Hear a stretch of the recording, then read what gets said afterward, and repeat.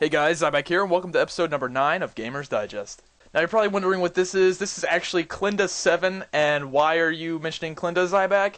Actually, it's because he quit, and a lot of people have been asking me to cover this particular topic, and it saddens me just as much as it saddens all you guys. Now, if you're unfamiliar with Klinda, he was a really good warrior who made really entertaining videos. They weren't videos to show off, like, amazing elite arena skills. They were mainly just, like, super entertaining, badass, holy shit, look at me hit a lot of numbers and kill everyone kind of videos. And honestly, I find those videos a lot harder to make, and they are a lot more entertaining than arena videos. Like, I love watching Rekful's videos, but Klinda's videos are 1,000 times more entertaining, even though they might not show off super pro MLG elite strats. They show how awesome warriors are, and how much fun they can be to play, and what they can do when they have amazing gear and an amazing person playing it. If you're unfamiliar with what happened, Klinda went on his character, deleted all his gear, deleted his character, and basically just said he was done with the game.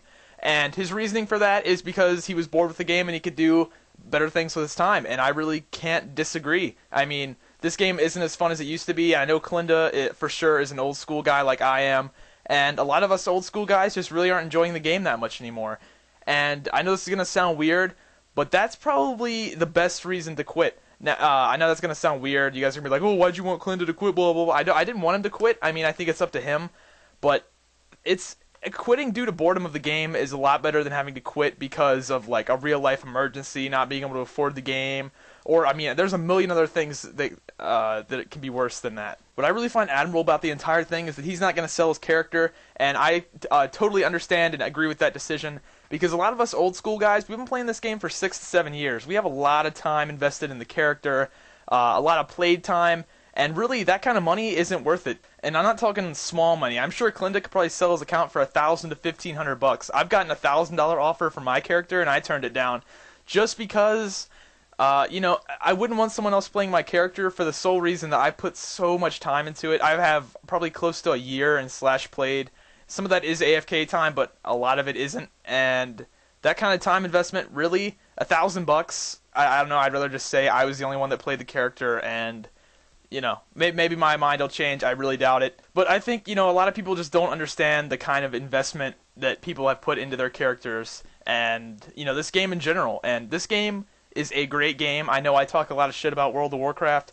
It's not the game it used to be. No one's going to really question that. And I really hope Klinda is just quitting World of Warcraft. I really hope he's not quitting, like, gaming in general. I don't think he will. I don't think really anyone can that gets involved into it. It's just, you know, people that have the competitive spirit and love doing things like this, they rarely go away. And he might be gone from WoW forever, but I think he'll either get into something else, some other video game, maybe Star Wars. I'd love to see Klinda in Star Wars. That'd be pretty cool. But, you know, I think he'll be back in some way or form, hopefully. I mean, I've got him on Skype. Maybe I can ask him. A lot of you guys just have to come to the realization that, you know, everyone's going to quit WoW eventually. And my WoW journey is probably not going to be too much longer unless things really change. I know I'm being, you know, quite a hypocrite here, since I still pay for the game, even though I disagree strongly with what's happened recently. I still pay for it, and that's just because I get on and like to make a couple videos, like Rocket Powered Druid and the Star Wars parody. Really, me making videos of WoW is really the only fun I have anymore, it seems. Anyway, it sucks to have an icon like Klinda go away, and I wish him the best, and I hope he comes back to gaming in some sort of way. Maybe I'll see him in Star Wars. Klinda, if you're watching this, you should play Star Wars. It's going to be awesome.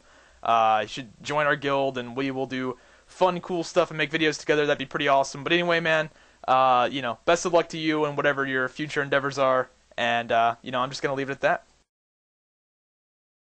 Now it's time for some Star Wars news. If you guys aren't aware, the new Star Wars trailer for the Esseles came out recently. This trailer shows off the story-driven instances and some of the combat.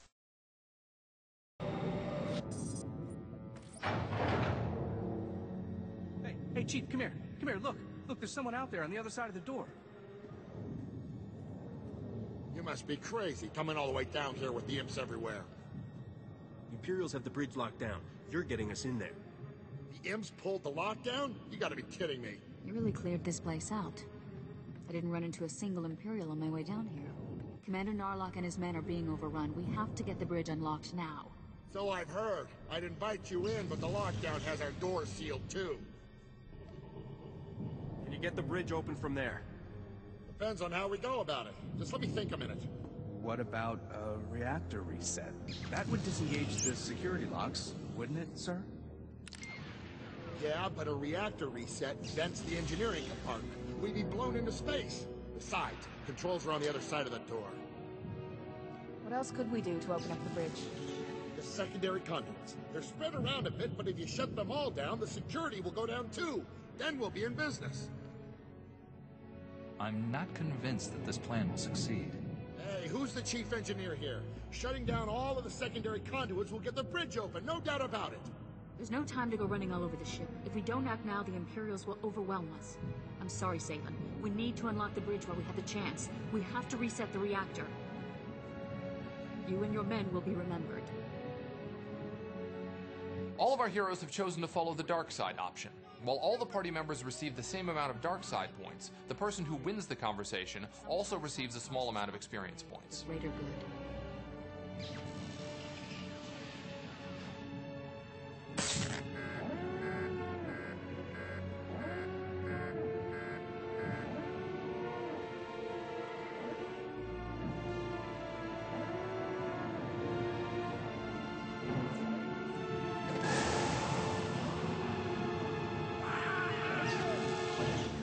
We better get going. We need to attack Iron Fist now before he has time to recover. Where there's a will, there is a way. I will not fail. Just be careful. Mandalorians always have a few tricks up their sleeves. Moving over to the Trooper, our heroes make their way toward the engineering section of the Esseles.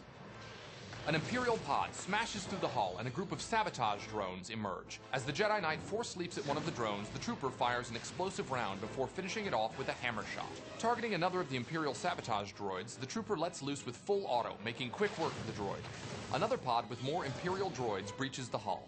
The Trooper wisely takes a few steps back and throws a cryo grenade, which freezes the target in place long enough to launch another explosive round. The Knight initiates Saber Ward to increase his defensive attribute, while the rest of the group dispatches the final droid. As the Knight runs into combat with a couple of sabotage drones, an Imperial Slicer droid emerges from the nearby airlock. The Trooper hits him with an explosive round and quickly follows it up with a hammer shot. As the Trooper draws the Slicer droid's attention, the rest of the party attacks unopposed. Good teamwork makes a pretty scary-looking enemy out to be little more than a mild nuisance. Leaping into combat against a group of Imperial droids, the Jedi Knight draws their attention while the rest of the party runs in. The Consular rushes into the fight, using her telekinetic throw ability to chip away at the droid's health. As she fights, the smuggler throws a sabotage charge from behind his portable cover.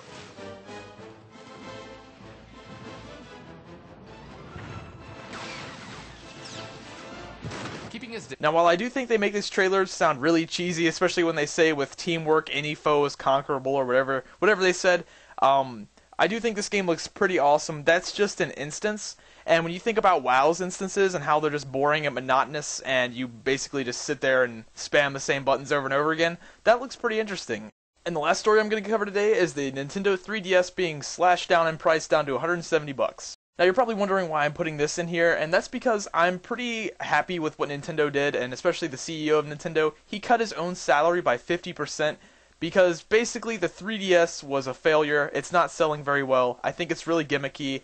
I'm not really into the whole 3D thing. I mean, I think 3D movies are cool, but I really think we just need to let the 3D phase just, kind of slowly work its way in. It's kind of annoying when you see everything advertised, 3D, blah, blah, blah. And I don't really know what the difference is. I really don't think it's that big of an attraction, at least to me. But I do think it was cool that Nintendo pretty much admitted that it's kind of a failed project. The 3DS is still a great system. It's definitely better than the DS for sure.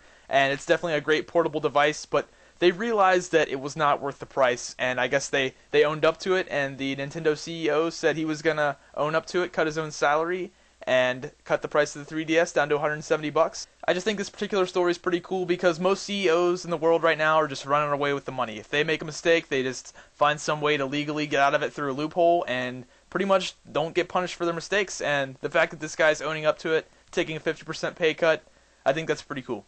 And that'll pretty much sum up this video, guys. This week I'm going to be giving away a new prize I haven't given away before. Basically, I went to Best Buy and I tried to go do what I usually do where I buy a bunch of stuff in bulk. But I pretty much cleaned Best Buy out and they haven't gotten a new shipment in. But I did find these, and these are pretty cool. The Razer Mirai. Originally, I was just going to buy a Logitech headset, but they were like $120+ bucks, and I buy all these prizes. I don't get any of this stuff for free. I buy it all, And I thought these were pretty unique, and I actually tried them out, and they're pretty damn cool. The sound quality is really good. The mic quality is good. It's not as good as a regular mic, but it's still pretty damn good. And they're only $50, and that's a pretty big plus for me. But basically, these are just ear pods like you get with an iPod, and they have a microphone on them, and they work exactly like that, and they sound a lot better than the iPod ear pods. Sorry to whoever wins this prize, it's not going to be brand new, it's going to have about 2 to 3 hours of use in them, but I got to try it out. I mean, it's a cool new gadget, why not try it out? But I really like these, and I think I might get a pair myself because I don't like lugging around my headphones because they're so big and awkward that I can't put them in a bag when I take my laptop places because I'm afraid they'll just get crushed and break at like a weak point. But these earpods, I don't think I'll have that problem.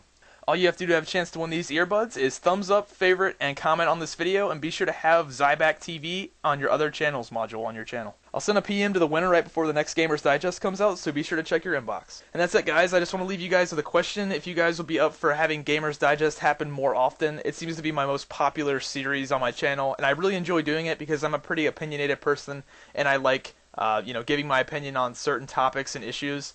And I feel like I'm, pretty good at it. Let me know in the comments if you want to see Gamers Digest more often, and good luck in the contest.